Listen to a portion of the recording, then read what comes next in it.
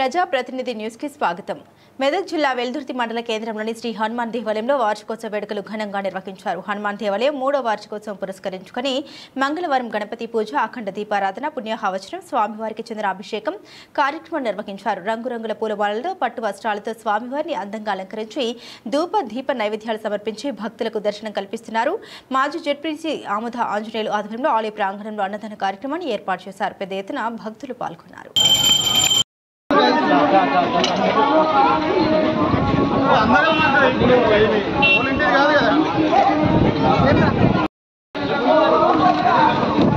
शेखर ಈಗ ಆದರ್ಶವಾಗಿ ಪಂಚಾಯಿಸ್ತಾರೆ ಓಡ್ ಶೇಖರ್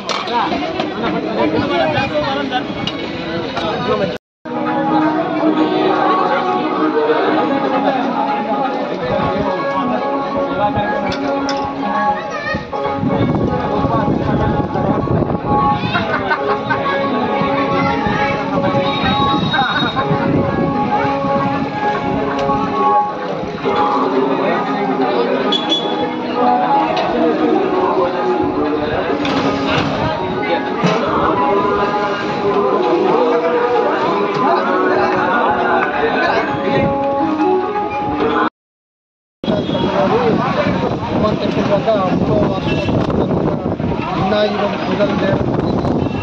మా గ్రామంలో క్షేమం ఉండాలని, వర్షాలు మంచిగా పడాలని, సౌకర్యం పడాలని అన్నదానాలు అందరూ కూడా గ్రామస్తులు వచ్చేసి మంచిగా పూజలు చేసుకోవాలి.